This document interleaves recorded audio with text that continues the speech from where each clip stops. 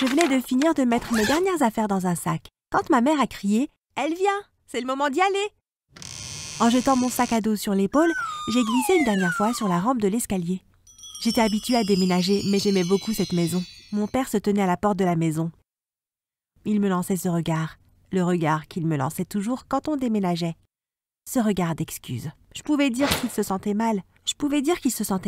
Mais il n'avait pas besoin de nous faire déménager, ma mère et moi, juste parce qu'il avait besoin d'être plus proche de ses clients pendant quelques mois. Il pouvait juste faire des allers-retours. Avant que je ne continue, n'oubliez pas d'aimer et de vous abonner pour nous faire savoir si vous voulez d'autres histoires folles comme celle-ci. Je suis montée dans la voiture et j'ai immédiatement mis mes écouteurs. Le fait de déménager me mettait toujours de mauvaise humeur. Nous allons rester dans la voiture pendant quelques heures, alors j'ai décidé de faire une sieste. J'essayais de m'endormir quand j'ai entendu ma mère et mon père parler. Mon père m'a dit « Je me sens mal, c'est de ma faute si elle se sent si seule ». Il a alors élevé la voix et en regardant dans le rétroviseur, il m'a demandé « Ellie, tu es réveillée ?» Ce à quoi j'ai répondu par un grognement de somnolence. « C'est notre dernier déménagement, je te le promets. » Je me suis réveillée en sursaut et je me suis assise énergiquement. « Vraiment ?» lui demandai-je. Il a hoché la tête et je n'ai pas pu m'empêcher de pleurer. J'ai commencé à imaginer que j'allais enfin avoir un groupe d'amis solides. Comme nous déménagions si souvent, je n'ai jamais pris la peine de me faire des amis, de manière à ne pas être blessée quand nous finirons par partir. Mais maintenant, les choses sont différentes. Nous nous sommes arrêtés dans un petit hôtel au bord de l'autoroute quelques heures plus tard. Ce voyage allait durer environ 4 jours. Ma mère et moi avons décidé de nous rendre en voiture dans la ville la plus proche et de prendre quelque chose pour le dîner pendant que mon père restait sur place pour prendre une douche. Pendant que nous faisions nos courses au supermarché local, mon téléphone a sonné. Je me suis dit que c'était mon père, mais c'était un message sur les réseaux sociaux. Je l'ai ouvert et j'ai découvert que c'était celui d'un garçon, et un beau garçon en plus. Il m'a dit qu'il me voyait toujours manger seul à mon ancienne école et qu'il voulait me parler. Je lui ai posé un tas de questions pour m'assurer qu'il était bien réel. Je lui ai même demandé de m'envoyer une photo de notre annuaire scolaire. Je ne l'avais jamais vu auparavant. Mais je suis restée discrète. Alors peut-être l'ai-je manqué dans la foule de gens que j'ai évité? Ma mère m'a dit de me dépêcher avec le caddie, alors j'ai glissé mon téléphone dans ma poche et je me suis précipitée vers elle. Mon père s'est couché plus tôt que ma mère et moi ce soir-là, parce qu'il était fatigué de conduire. Ma mère est restée debout à regarder un film sur son ordinateur portable et je suis restée debout à parler à Max, le garçon qui m'a envoyé un SMS.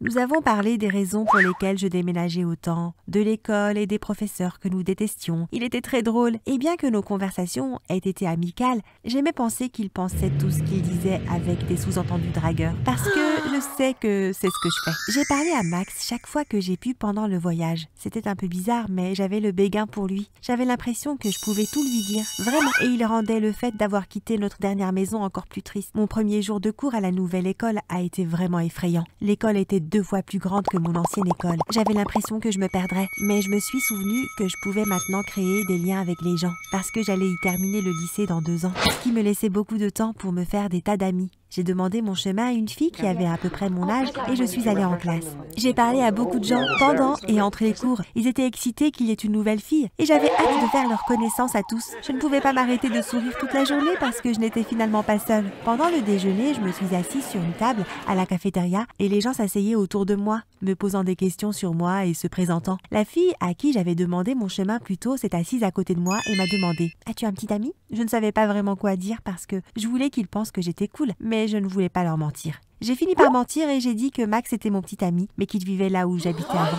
Je leur ai montré des photos de lui et tout ça, et je peux dire qu'ils étaient impressionnés, mais je me sentais un peu coupable de mentir comme ça. Plus tard ce jour-là, je déballais des cartons dans ma chambre quand mon téléphone a sonné. Mon estomac s'est rempli de papillons quand j'ai vu que c'était Max. Il me demandait comment s'était passé mon premier jour d'école. Je lui ai tout raconté, en lui expliquant que j'avais toujours une foule autour de moi et que je me suis fait des tonnes d'amis. Il m'a écrit « Waouh, tu me remplaces déjà !» avec un emoji au visage triste à côté. J'ai rigolé en voyant à quel point il était mignon. Puis j'ai réalisé que je devrais probablement lui dire ce que j'avais dit sur lui. Je me suis rongé les ongles, nerveuse, quand j'ai vu qu'il avait laissé mon message sur vue après que je lui ai dit qu'il était mon petit ami. J'ai essayé de me changer les idées le reste de la journée parce que quelques heures plus tard, il n'avait toujours pas répondu. J'ai fait quelques devoirs, j'ai fait une tarte, j'ai déballé toute ma garde-robe et j'ai rangé ma bibliothèque en désordre en essayant de me détendre.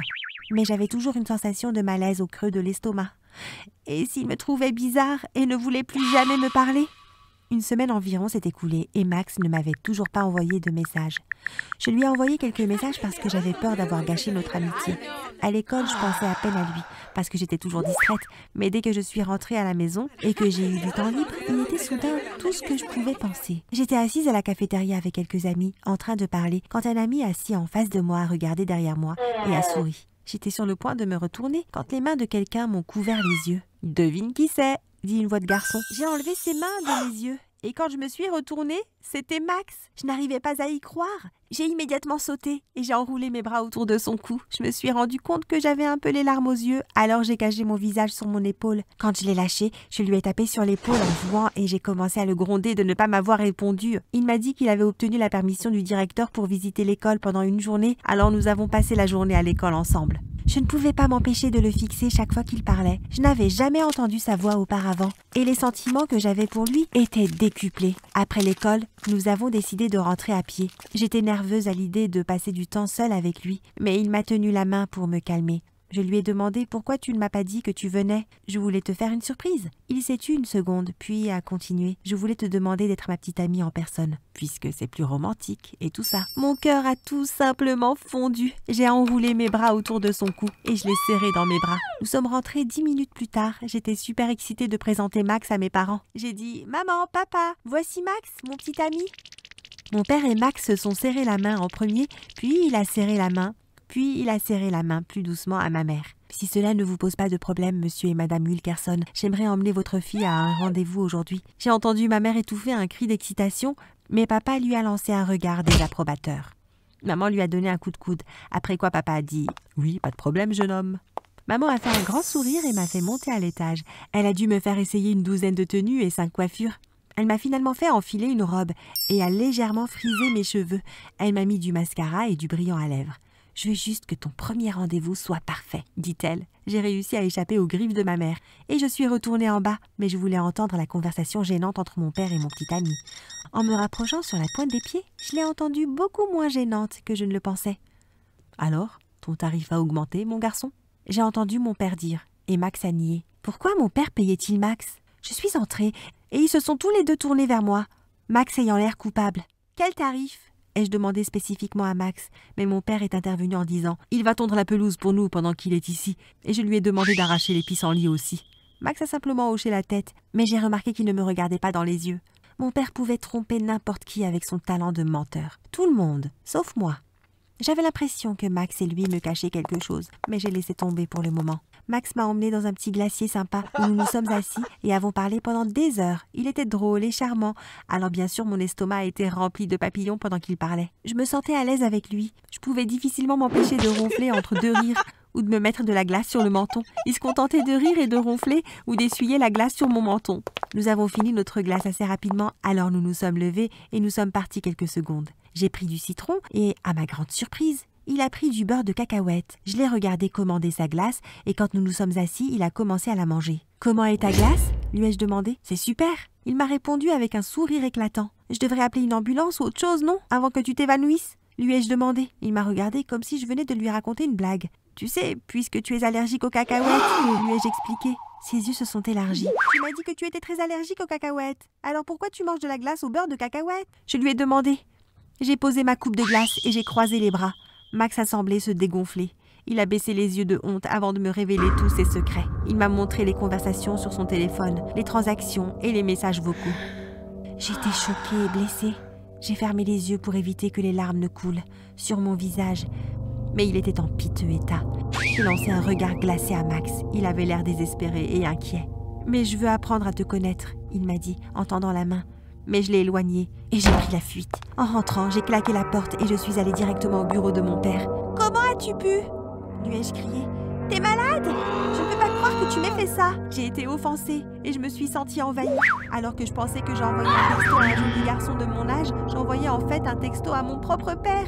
Son visage est devenu terne quand il a saisi ce que je lui criais. « Ellie, il a commencé, mais je lui ai coupé la parole en disant « Non, tu n'as pas le droit de t'excuser. Tu as envahi ma vie privée. Tu nous as piégés, Max et moi. Tu as engagé un acteur pour qu'il se fasse passer pour mon petit ami. Qu'est-ce qui t'a fait croire que c'était bien? C'est foutu !» Ma mère est ensuite entrée dans la pièce parce qu'elle a entendu le bruit. Je lui ai dit ce qu'il avait fait. Et c'était rassurant de voir qu'elle était aussi choquée et dégoûtée pour moi. Papa a essayé frénétiquement d'expliquer à ma mère et à moi pourquoi il avait fait une telle chose, mais rien de ce qu'il a dit ne pouvait améliorer la situation. Je veux dire qu'il a payé un garçon pour utiliser sa photo et de se faire passer pour mon petit ami. Est-ce que je suis folle pour penser que c'est malsain? Je l'ai évité dans la maison pendant des mois jusqu'au jour où il est parti. Il a tenu sa promesse, nous ne déménagerions plus, mais il l'a fait. Alors qu'il s'éloignait de notre maison, je suis restée avec ma mère à la porte d'entrée de notre maison. Ma mère a essuyé une larme de sa joue et m'a demandé « Pardonneras-tu jamais à ton père, ma chérie ?» Ce à quoi j'ai répondu « Bien sûr, je sais qu'il ne voulait pas me faire de mal. » Ma mère a reniflé et est entrée dans la maison. J'allais faire de même quand j'ai entendu une voix familière derrière moi. « Ellie ?» Je me suis retournée et j'ai vu Max se tenir là avec un bouquet de belles fleurs. Nous sommes restés là pendant une seconde à nous regarder l'un l'autre. Je ne l'avais pas vu depuis des mois. J'avais presque oublié à quoi il ressemblait, car il n'était vraiment dans ma vie que depuis une demi-journée. « Ellie, je suis désolée, a-t-il dit, ce à quoi j'ai répondu que ce n'était pas sa faute. Je pensais ce que j'ai dit à la crèmerie. Je veux vraiment apprendre à te connaître. Tout ce que j'ai appris sur toi est incroyable. S'il te plaît, donne-moi une chance. » Il m'a donné le bouquet de fleurs. Il était aussi gros que tout le haut de mon corps. Je l'ai regardé et je n'ai pas pu m'empêcher de sourire. Je lui ai dit « Tu vas aller manger une glace au beurre de cacahuète ?» Et nous avons marché main dans la main, emportant à tour de rôle l'énorme bouquet que je ne voulais pas encore perdre de vue. « Salut, je m'appelle Elena et vous n'allez pas y croire, mais j'ai envoyé des messages à la mauvaise personne pendant 5 ans. Ça paraît totalement dingue, non? Comment ai-je pu laisser ça durer aussi longtemps? Eh bien, la réponse est simple. J'étais jeune, imprudente et amoureuse. Laissez-moi vous parler un peu de moi pour que vous compreniez bien ce qui s'est passé pendant toutes ces années. Tout a commencé quand j'étais en première, au lycée. J'avais 16 ans. Et je rencontrais tous les problèmes que les ados doivent affronter tous les jours. Je ne me trouvais pas assez jolie. Je ne me trouvais pas assez mince. Je ne me trouvais pas... je ne me trouvais pas assez bien de quelque manière que ce soit. Mais avant de continuer, mettez un pouce bleu sur cette vidéo, abonnez-vous et activez les notifications. Ça augmentera votre espérance de vie de 20 merveilleuses années. Croyez-moi, ça marche. J'avais une très très mauvaise estime de moi. Le fait que je n'étais pas du tout populaire ne m'aidait pas à me sentir mieux en plus. J'avais quelques amies proches et elles étaient très gentilles avec moi. Mais ça ne me faisait pas me sentir mieux. Après tout, elles avaient toutes des petits amis et avaient toujours des rendez-vous. Je restais à la maison avec ma mère, mon père et mon petit frère et boudais. « Oh, ne t'inquiète pas, chérie, me disait ma mère. Tu es la plus belle fille du monde. Et bientôt, un super garçon le remarquera. »« Si j'étais la plus belle fille du monde, maman, il ne faudrait pas beaucoup de temps pour qu'un garçon me remarque, » répondais-je amèrement. « Ta beauté est à l'intérieur, chérie, » disait ensuite mon père. Et c'était là que je commençais à pleurer. « Tu veux dire que je suis moche à l'extérieur » m'écriai-je. Il essayait de se sortir du pétrin dans lequel il s'était tourné, mais c'était impossible. Peu importe ce que papa disait après ça, j'étais toujours déprimée. Je ne peux pas en vouloir à mes parents d'avoir essayé. Ils étaient tellement gentils avec moi et très patients. En plus, tous les pères pensent que leur petite fille est la plus jolie du monde, non? Mais pour moi, ce n'était pas suffisant. Je voulais que quelqu'un me remarque, me voie vraiment. Pourquoi tout le monde dans ma vie trouvait l'amour alors que je devais rester seule et célibataire? Même quand j'allais faire les magasins avec mes amis, les garçons les draguaient, elles, et jamais moi. Ma meilleure amie me disait que c'était parce que je manquais de confiance en moi et étais trop timide. « Tu te caches derrière tes lunettes et tes cheveux. Comment veux-tu qu'on te remarque? Souris aux garçons et je te promets que tu trouveras un super petit ami en un rien de temps, » disait-elle. Au bout d'un moment, mes amies ont commencé à vraiment s'inquiéter pour moi. Elles ont essayé de me faire sentir mieux et ont suggéré que j'essaye une appli de rencontre. Je n'aurais pas à être audacieuse dès le début et je pourrais discuter avec quelques garçons avant de les rencontrer. Ça semblait être une super idée. J'étais vraiment emballée par l'idée. Alors j'ai accepté. « Nous allons t'aider à te créer un profil canon », m'a dit une autre de mes amies. Je pensais que ça allait vraiment marcher et j'avais hâte de m'y mettre. Enfin, j'aurais un petit ami avec qui je pourrais sortir. Je croyais vraiment que quelques garçons seraient intéressés par mon profil. Alors le lendemain, je suis allée au lycée très impatiente.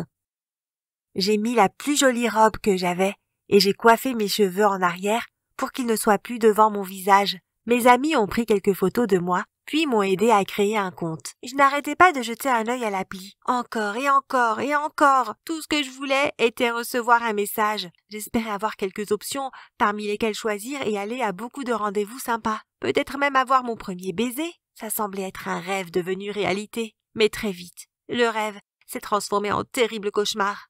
Pourquoi? Parce que, j'ai un peu honte de l'avouer, mais personne n'a répondu. Enfin, même les filles les plus moches ont une réponse ou deux, non? En ce qui me concernait, personne ne semblait être intéressé, pas même les gens qui ne connaissaient rien de moi. À part ce qui était sur mon profil et ma photo, bien sûr. Alors oui, vous imaginez bien que j'étais sacrément déprimée. Je n'arrivais pas à croire que ça m'arrivait. Mes amis essayaient constamment de me remonter le moral, mais j'étais inconsolable. « Tu es tellement jolie, les hommes sont juste des idiots », m'a dit ma meilleure amie. Mais elle avait un petit ami et pas moi, et ce n'était même pas le premier garçon avec qui elle sortait. Alors qu'est-ce qui n'allait pas chez moi? Pourquoi je ne trouvais personne qui m'aimait? J'ai décidé que c'était inutile de garder cette appli sur mon téléphone. Après tout, ça ne m'apportait que de l'anxiété et me faisait me sentir mal. À chaque fois que je regardais mon téléphone, ça me rappelait que personne ne voulait sortir avec moi. Je suis allée me coucher ce soir-là, déterminée à supprimer l'appli à la première heure le lendemain. Mais à ma plus grande surprise, quand je me suis réveillée pour aller à l'école, j'ai reçu une notification de l'appli de rencontre. Imaginez un peu ma surprise. J'ai eu un immense sourire et j'ai lu le message. « Salut ma belle, je suis content que tu aies aimé mon profil. Parle-moi un peu de toi. » C'était l'un des garçons que j'avais accepté et il avait fait la même chose pour mon profil et m'avait envoyé un message. J'ai à nouveau regardé ses photos et j'ai été surprise de voir qu'il était le garçon le plus mignon que j'avais vu sur l'appli. Il s'appelait Gabriel. Il avait 16 ans comme moi et il était tellement beau. Il avait des cheveux blonds et courts et était super grand, exactement le type de garçon que j'aimais. J'avais envie de danser et de chanter et je suis un peu gênée d'admettre que je l'ai un peu fait. J'ai appelé ma meilleure amie et lui ai tout dit. Je lui ai même envoyé quelques captures d'écran pour qu'elle puisse voir le garçon qui m'avait contactée. Elle a répondu par message toute excitée. « Punaise, Elena, il est super mignon. Félicitations !» Réponds-lui tout de suite. J'ai répondu rapidement, lui disais un peu ce que j'aimais et n'aimais pas, et à ma plus grande stupéfaction, il avait les mêmes goûts que moi. C'était comme si nous nous accordions sur tout. Depuis ce jour, nous nous envoyions des messages littéralement tous les jours, toute la journée. Je me réveillais en voyant un message venant de lui et allais me coucher en lisant le plus doux des messages me souhaitant une bonne nuit. « Bonne nuit, ma belle, tu me manques déjà », écrivait-il ou quelque chose de tout aussi adorable. Ça me faisait toujours sourire. Je tombais rapidement amoureuse de ce garçon que je n'avais jamais vu en personne. Vous voyez, il vivait dans une autre ville et comme il était aussi étudiant, c'était compliqué pour l'un de nous deux de simplement nous déplacer pour pouvoir faire connaissance en personne. Ma mère et mon père ne me laisseraient jamais prendre le bus pour aller voir un mec que j'avais rencontré sur Internet. Ils paniqueraient s'ils savaient seulement que je sortais avec Gabriel. Alors j'ai gardé cette relation secrète. Seuls mes amis étaient au courant. Pendant très longtemps, nous discutions juste sur l'appli, et puis sur d'autres messageries en ligne.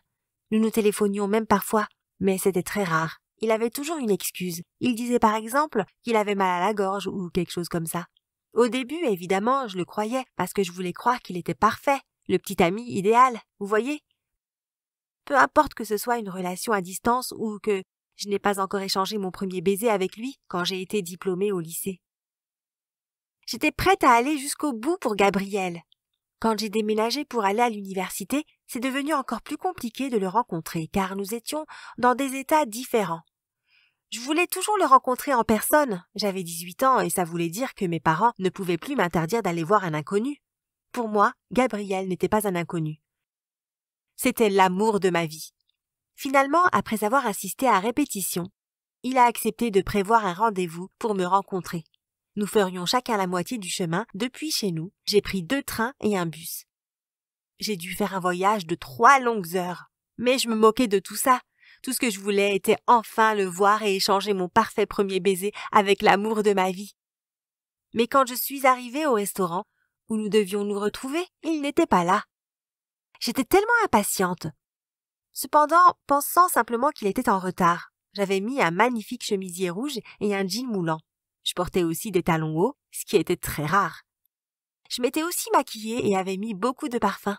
J'étais vraiment mignonne. Certains hommes dans le restaurant m'ont même regardée et l'un d'entre eux a essayé de me draguer. Les jours où pas un seul garçon ne me remarquait semblaient bien loin derrière moi. Mais je m'en moquais, je voulais juste être avec mon adorable Gabriel. Le souci était qu'il n'était pas venu. J'ai attendu et attendu et attendu. Je lui ai envoyé message après message, mais il ne répondait même pas. 1 heure entière est passée. Et enfin, il a répondu. « Je suis désolée, ma douce. J'ai eu un empêchement familial. Je ne vais pas pouvoir venir. Je t'aime. Croyez-moi, j'avais le cœur brisé. J'étais complètement dévastée. J'avais envie de pleurer, mais je ne voulais pas sangloter en public comme une petite fille. Je suis vite rentrée chez moi. mais ça voulait dire prendre un autre bus et 2 autres trains. C'était le plus long voyage de toute ma vie. Ce jour-là, j'ai refusé de répondre à ses messages et à ses appels. J'étais si énervée, si frustrée, j'avais tellement mal. Il s'excusait encore, et au final, j'ai essayé de faire comme si tout allait bien, mais je n'y arrivais pas. Je me méfiais de plus en plus de lui et j'ai commencé à faire des recherches. J'ai même exigé que nous fassions un appel vidéo pour que je puisse enfin le voir. Il a inventé des excuses, mais elles étaient toutes stupides. « Je ne peux pas, désolé, la caméra de mon téléphone est cassée », a-t-il dit, et j'ai tout de suite compris qu'il mentait. Il y avait vraiment quelque chose de suspect dans toute cette histoire. Après des années passées à attendre une réponse, j'étais déterminée à en obtenir une. Finalement, Gabriel en a eu marre de se disputer avec moi tout le temps et a enfin accepté cet appel vidéo. C'est là que j'ai découvert toute la vérité. Gabriel n'avait pas son âge. C'était un homme d'une 40aine d'années, grassouillet et moche. « Mais je suis toujours l'homme dont tu es tombée amoureuse », m'a-t-il dit, me suppliant de le pardonner. Je lui ai dit que je ne voulais plus jamais lui parler et je l'ai bloqué sur tous mes réseaux sociaux et n'ai plus jamais répondu à ses appels. Il m'envoyait email sur email, essayant d'expliquer pourquoi il avait fait ce qu'il avait fait, me disant qu'il m'aimait, qu'il voulait m'épouser. Mais il ne s'appelait même pas Gabriel. Il s'appelait Tom. J'en avais fini avec lui et je ne changerai jamais d'avis. Comment a-t-il pu mentir pendant 5 années? Je n'arrivais pas à croire que quelqu'un puisse être si cruel et se faire passer pour une autre personne pendant si longtemps. Je crois qu'il était un genre de mec tordu ou de psychopathe pour avoir pu mentir autant de temps. La seule bonne chose à retenir de toute cette horrible histoire est que j'ai appris à ne jamais faire confiance à des gens sur Internet. J'ai aussi bien plus confiance en moi maintenant. Et les garçons me remarquent. J'ai eu quelques rendez-vous incroyables. Et j'ai eu mon premier baiser aussi. Merci d'avoir regardé cette vidéo. Quel est le pire mensonge qu'on vous ait dit et pendant combien de temps l'avez-vous cru? Dites-le nous en commentaire. N'oubliez pas de vous abonner et de jeter un œil aux autres vidéos de la chaîne. Durant mon enfance, mes parents agissaient toujours de façon un peu étrange. Ils n'étaient pas comme des parents normaux. Parfois, ils étaient gentils et drôles. D'autres fois, ils pouvaient me crier dessus et m'engueuler pendant des jours. D'autres jours, ils voyaient des choses comme des hallucinations. Ils parlaient seuls comme si quelqu'un était là. Parfois, ils pouvaient être dans le salon à regarder la télé et alors que je passais par là, ils me regardaient comme s'ils ne savaient pas qui j'étais. Plutôt bizarre, n'est-ce pas? Mais avant que je ne continue, vous pouvez vous abonner à cette chaîne et cliquer sur le bouton des notifications si vous voulez entendre plus d'histoires terrifiantes et excitantes comme la mienne. De temps en temps, ils voyaient des choses qui pouvaient les effrayer, comme lorsque nous étions au zoo. Nous regardions les singes qui rentraient dans leur maison et mes parents sont venus vers moi en courant en me disant qu'il fallait partir sur le champ. Ils ont dit que les singes s'étaient enfuis de leur cage. On devait sortir de là. Mais alors qu'ils me tiraient hors du zoo, j'ai regardé derrière moi et je me suis rendu compte que tout était normal. Mes parents étaient juste délirants. Il y avait aussi cette fois à la fête d'anniversaire. C'était mon meilleur ami et il m'avait invité à sa fête. On devait avoir 10 ans, mais c'était la première fois que j'allais à une fête d'anniversaire. J'ai supplié mes parents pour qu'ils me laissent y aller et ils devaient être de bonne humeur puisqu'ils ont accepté. J'étais surpris et excité. J'étais prêt à vivre le meilleur jour de ma vie. Nous sommes allés chez mon ami, nous avons toqué à sa porte et mon ami l'a ouverte. Je lui ai tendu son cadeau et nous sommes allés jouer dans le jardin alors que nos parents discutaient ensemble. J'ai octé d'émerveillement quand nous sommes arrivés dans le jardin. Il y avait des tables remplies de gâteaux, de casse-croûtes et de boissons gazeuses et une autre table où il y avait tous les cadeaux empilés sans fin. Il y avait un château gonflable et un trampoline. Et mon ami m'a dit qu'il y avait une piñata avec laquelle on jouerait plus tard. J'étais si excité. Je savais que nous allons beaucoup nous amuser. Nous avons joué à cache-cache avec les autres enfants. Cela faisait à peine 1 heure que j'étais là quand mes parents sont soudainement apparus. Ils avaient un regard fou et observaient autour avec peur. Ma mère fixait le trampoline comme s'il était un monstre. Mon père épiait le sol comme s'il était fait de lave. Ils m'ont regardé et j'ai marché vers eux avec respect. « Attends, on doit partir » a dit ma mère. « Mais pourquoi? On vient juste d'arriver » ai-je dit, pleurnichant. « Ne discute pas, on rentre » a dit mon père. J'ai tapé du pied. « Mais pourquoi » ai-je demandé. Ma mère s'est penchée vers moi et m'a murmuré à l'oreille. « Tu ne vois pas? Le sol bouge. Si nous ne partons pas, il va nous avaler. » Je les ai regardés confus. J'ai observé la terre, il me semblait normal. Mais je croyais mes parents, alors je les ai suivis. On est entré dans la voiture et sommes retournés à la maison. Le jour suivant à l'école, mon ami m'a demandé pourquoi j'étais parti aussi soudainement. Je lui ai dit que mes parents m'avaient dit que le sol allait nous manger. Mon ami était offusqué et il ne m'a pas parlé pour le reste de l'année scolaire. Maintenant, je réalise que le comportement de mes parents n'était pas normal. Bien sûr, je ne pensais pas ça quand j'étais plus jeune. Je m'y étais habitué, comme j'avais grandi de cette façon de toute ma vie. Parfois, mes parents étaient troublés. Parfois, ils agissaient étrangement. Parfois, ils trouvaient difficile de parler normalement. Mais je les aimais quand même. Malgré tout, ils étaient gentils et attentionnés. Ils étaient juste différents des autres parents. Nous avons beaucoup déménagé aussi. Je restais rarement dans la même école pendant plus d'1 an.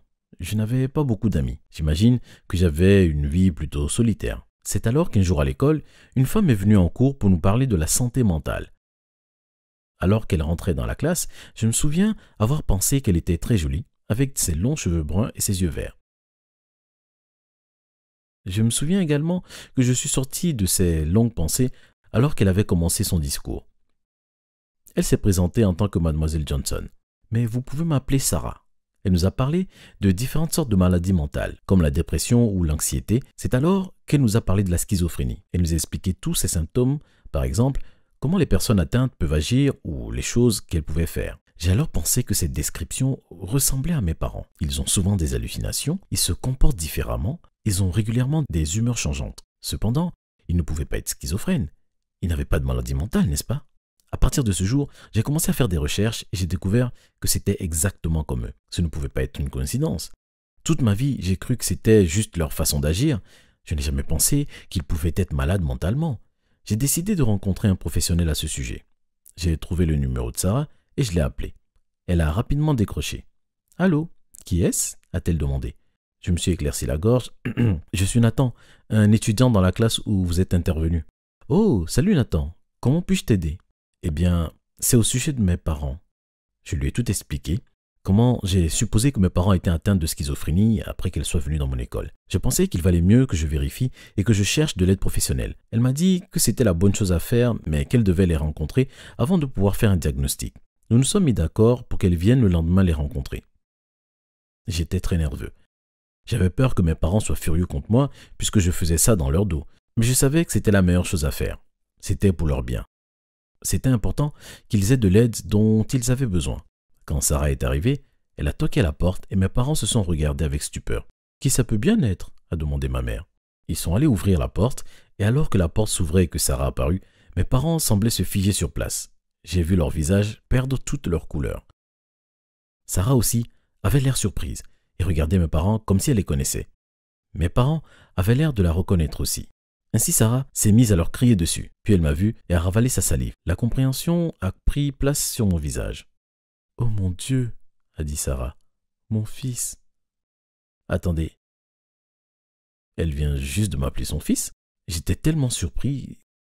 Que se passait-il? Soudainement, mes parents lui ont fermé la porte au nez, m'ont attrapé et ont fui à l'arrière de la maison. Ils m'ont mis dans la voiture et sans rien dire, on a filé à une vitesse folle loin de notre maison. On a roulé pendant des heures et des heures jusqu'à ce qu'on s'arrête enfin dans un motel. J'étais toujours aussi décontenancé par le retournement de situation. Je ne savais même pas quoi penser, mais j'ai suivi mes parents à l'intérieur. Mes parents étaient nerveux, agités et semblaient être effrayés. C'est alors que je leur ai dit ce que j'avais fait, comment j'avais demandé à Sarah de venir, comme elle était une spécialiste et comment j'ai suspecté qu'ils étaient schizophrènes. « Nathan, comment as-tu pu nous faire ça ?» Mon père m'a crié dessus. Mais aussitôt son humeur a changé et tout à coup, il est devenu tout gentil et il me consolait. « Tu as raison », a-t-il dit tristement. J'étais trop outré pour répondre.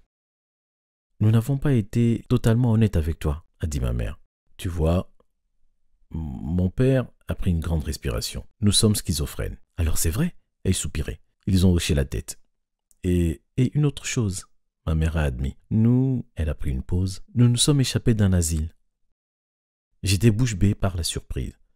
Je ne m'attendais pas à ça. J'étais surpris, mais tout prenait un sens. C'était pour ça qu'ils agissaient bizarrement. Pour ça qu'on déménageait aussi souvent. Pour cela aussi que nous n'avons jamais eu beaucoup d'amis. D'accord, ai-je dit. Mais au sujet de Sarah, pourquoi m'a-t-elle appelé son fils? À ce moment-là, ils se sont mis en colère à nouveau. Et je ne savais pas quoi faire. Donc je me suis juste enfui de la chambre d'hôtel. Je ne savais pas où je me trouvais. On avait quitté la maison si rapidement que je n'avais pas eu le temps de prendre mon téléphone. Alors j'ai trébuché dans la rue et j'ai cherché quelqu'un pour m'aider. J'ai remarqué une voiture de police au loin. qui se dirigeait vers moi. Dès lors, j'ai couru à sa rencontre en essayant de la faire ralentir. Heureusement, le policier s'est arrêté et m'a demandé ce qui n'allait pas. Je lui ai expliqué tout ce qu'il s'était passé et bien qu'il paraissait étonné, il me dit qu'il m'emmènerait au poste de police où je serais en sécurité. Je me sentais mal de dénoncer mes parents, mais je savais que c'était pour leur bien. Quand j'étais au poste de police, le policier m'a dit qu'ils avaient trouvé mes parents. Ils étaient à présent en détention et seraient bientôt renvoyés dans l'asile d'où ils s'étaient enfuis. J'étais dévasté. En à peine quelques heures, ma vie entière s'est envolée. Où est-ce que j'allais aller? Où est-ce que j'allais vivre? Comment est-ce que j'allais survivre? Toutes ces pensées effrayantes se sont immiscées dans ma tête quand le policier m'a dit que j'avais un invité surprise. En arrivant dans la pièce d'à côté, j'étais stupéfait d'y voir Sarah. « Comment m'avez-vous retrouvé ?» ai-je demandé. « Quand tes parents se sont enfuis en voiture, je les ai suivis » a-t-elle expliqué. J'avais tant de questions, mais je ne savais pas par où commencer. Sarah a parlé la première. « Écoute, je pense que je te dois la vérité. Tes parents sont schizophrènes. Et il y a environ 10 ans, ils se sont enfuis d'un hôpital psychiatrique. » Je savais déjà tout ça, mais les informations restaient surprenantes. « Par le passé, je travaillais dans cet asile » a continué Sarah. J'étais une aide-soignante et j'aidais les patients à manger et dormir. Mais un jour, j'ai dû prendre mon fils au travail avec moi comme la garderie était fermée pour la journée et que j'étais mère célibataire. Elle prit une respiration hésitante. J'ai regretté cette décision pour le reste de ma vie. Ce même jour, tes parents se sont enfuis de l'asile. En fuyant, ils ont vu mon fils et l'ont kidnappé. Je l'ai cherché des années durant et je pensais ne jamais le revoir jusqu'à aujourd'hui. Je l'ai regardé. Alors, vous voulez dire que... Elle acquiesça. Je suis ta vraie mère. Je devais m'asseoir.